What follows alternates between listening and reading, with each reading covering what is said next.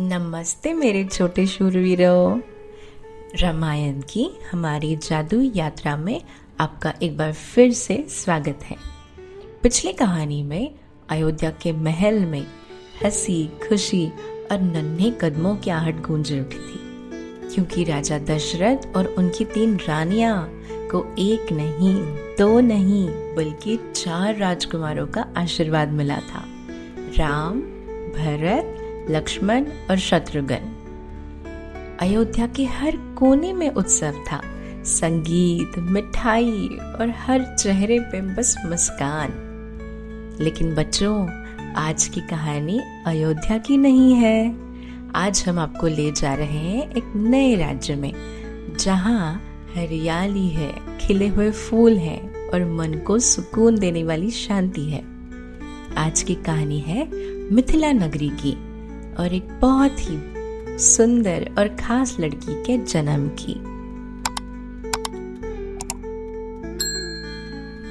अयोध्या से बहुत दूर सुंदर मिथिला नगरी में एक ज्ञानी और दयालु राजा रहते थे, राजा जनक। वे प्रेम से राज करते थे और उनके लोग भी उन्हें बहुत मानते थे। उनके साथ थी उनकी कोमल और सुशील रानी, रानी सुनैना, जिन्हें सब बहुत प्यार करते थे। राजा जनक और रानी सुनैना का महल रोशनी से भरा था, लेकिन उनके दिल में एक शांत सी ख्वाहिश थी। कई वर्षों के बाद भी उनकी कोई संतान नहीं थी और इस सब के बीच मिथिला भी एक बड़ी मुश्किल से जूझ रही थी। कई सालों से बारिश नहीं हुई थी, जिसके कारण खेत सूख चुके थे, नदियां सिकुड़ रही थी और किसान चिंता में डूबे थे। एक दिन राजा जनक अपने लोगों से मिलने खेतों में निकले। किसानों ने हाथ जोड़कर कहा, महाराज, हम सब कुछ कर चुके हैं, लेकिन धरती माता हमें अन्न दे ही नहीं रही। अब हम क्या करें? राजा ने चारों ओर देखा, एक बार सूखी धरती की ओर और फिर किसानों के थके हुए चेहरों की ओर। फिर उन्होंने अपनी आंखें बंद की और देवताओं से प्रार्थना की, हे प्रभु, मुझे शक्ति दो कि मैं अपने लोगों के सवालों का उत्तर दे सकूं। मुझे राह दिखाइए। और फिर उन्होंने कोई आदेश नहीं दिया, बल्कि कुछ ऐसा किया जिसने सबको चौंका दिया। वो खुद सबसे सूखे खेत की ओर बढ़े और अपनी बाहें मोड़ी, एक सुनहरा हल उठाया और खुद ही खेत जोतने लगे। लोग चुपचाप देख रहे थे। उनका राजा उनके साथ मिट्टी खोद रहा था, पंक्ति पर पंक्ति। तभी अचानक एक आवाज हुई। राजा जनक रुक गए। उन्होंने नीचे झुककर मिट्टी हटाई और देखा एक सुंदर सुनहरा संदूक जो धरती के गहराई में डूबा हुआ था। उन्होंने धीरे से उसका ढक्कन खोला और वहां थी एक नन्ही बच्ची, रेशम में लिपटी, सूरज जैसी चमकती हुई। उसकी आंखों में चमक थी और वो मुस्कुराई और मानो जैसे समय थम सा गया। राजा जनक का हृदय प्रेम और आश्चर्य से भर गया। उन्होंने उसे धीरे से गोद में उठाया और तभी एक चमत्कार हुआ। आसमान से बरसात शुरू हो गई। सालों की सूखी चुप्पी के बाद बादल झूम कर बरसे, खेत पानी से भीगने लगे और सबने ऊपर देखा हैरानी से। किसान, बच्चे, सैनिक सब तालियां बजा रहे थे, नाच रहे थे, खुशी में झूम रहे थे। सब बोले, ये तो चमत्कार है। राजकुमारी ने मिथिला को आशीर्वाद दिया है। राजा जनक मुस्कुराए उनकी आंखों में खुशी के आंसू थे।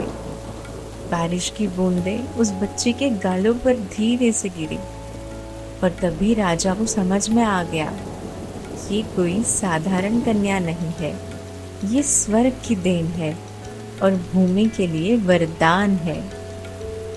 राजा जनक उस बच्ची को लेकर महल पहुंचे। रानी सुनैना ने जैसे ही बच्ची को देखा, उनकी आंखें खुशी के आंसू से भर गई।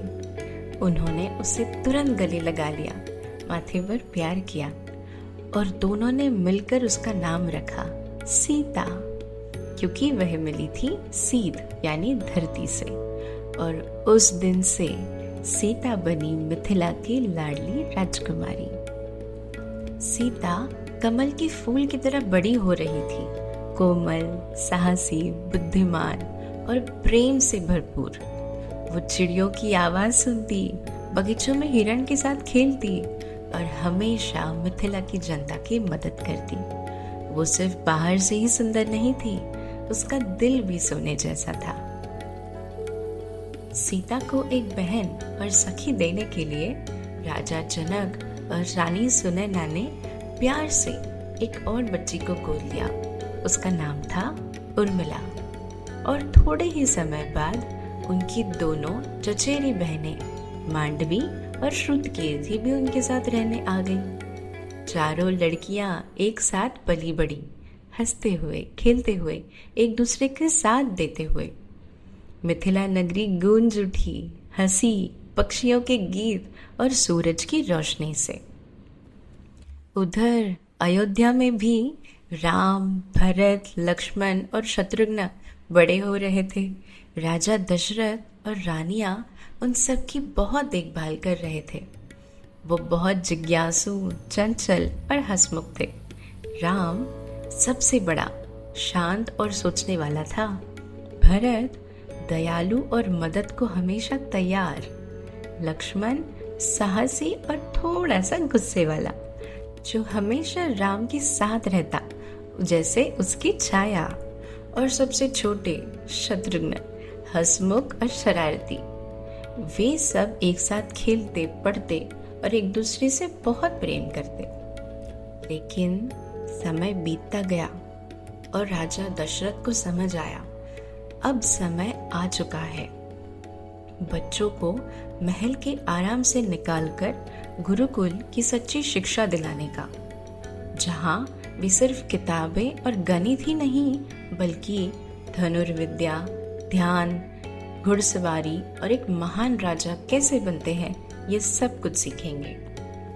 और बच्चों, यही से शुरू होती है रामायण की अगली कहानी। राजकुमारों को घर छोड़ते हुए कैसा लगा? जंगल में उनके गुरु कौन थे? और वे गुरुकुल में क्या क्या मजेदार बातें सीखते हैं? ये सब जानने के लिए हम मिलेंगे अगले भाग में। तब तक के लिए दयालु बनो, सीखते रहो और अपने दिल की आवाज जरूर सुनना, जैसे सीता हमेशा सुनती थी। और अब सब मेरे साथ जोर से बोलेंगे, जय श्री राम।